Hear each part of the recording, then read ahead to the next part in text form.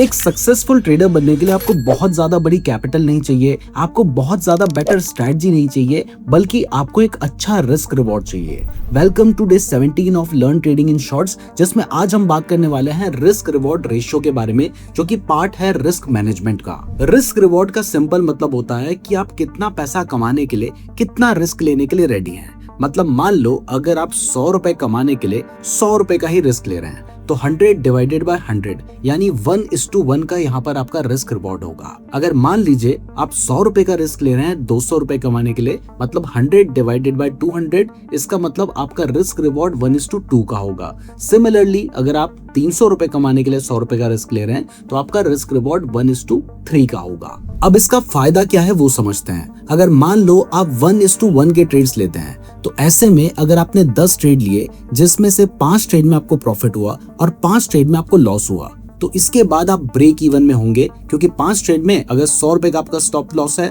तो आपने 500 रुपए का लॉस किया होगा, और बचे हुए 5 ट्रेड में आपने 100 रुपए का प्रॉफिट कमाया है, यानी 500 का ही प्रॉफिट कमाया होगा। तो आपके हाथ में कुछ भी नहीं आएगा, बल्कि जो ब्रोकरेज पे की होगी वो तो चली ही गई है। जबकि अगर आप 1:2 का रिस्क रिवॉर्ड रेशियो लेकर चलते हैं, तो ऐसे में अगर आपको एक ट्रेड में लॉस होगा तो वो कितने का होगा? 100 रुपए का। लेकिन अगर आपका टारगेट हिट होगा तो वो 200 रुपए का होगा। तो अगर मान लो आपने 10 ट्रेड लिए और इसमें 4 ट्रेड में भी आपको प्रॉफिट हुआ और 6 ट्रेड में लॉस हुआ, मतलब पिछली बार से वर्स्ट सिचुएशन है, तो 6 ट्रेड में आपने 600 रुपए का लॉस किया होगा, लेकिन बचे हुए 4 ट्रेड में आपने 800 रुपए का प्रॉफिट किया होगा, मतलब आप ओवरऑल प्रॉफिटेबल होंगे।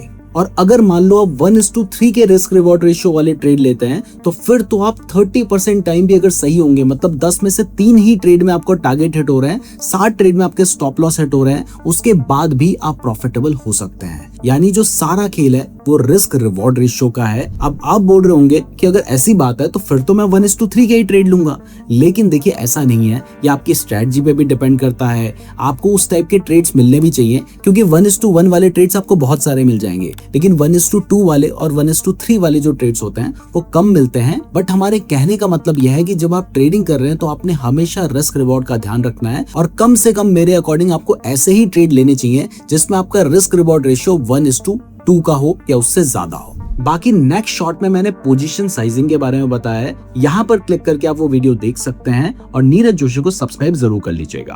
बाकी अगर आप बिल्कुल बेसिक से लेकर एडवांस तक की ट्रेडिंग फ्री में सीखना चाहते हैं, तो ट्रेडिंग कोर्स नीरज जोशी लिखकर सर्च करिए, ये पूरी प्लेलिस्ट देख लेना।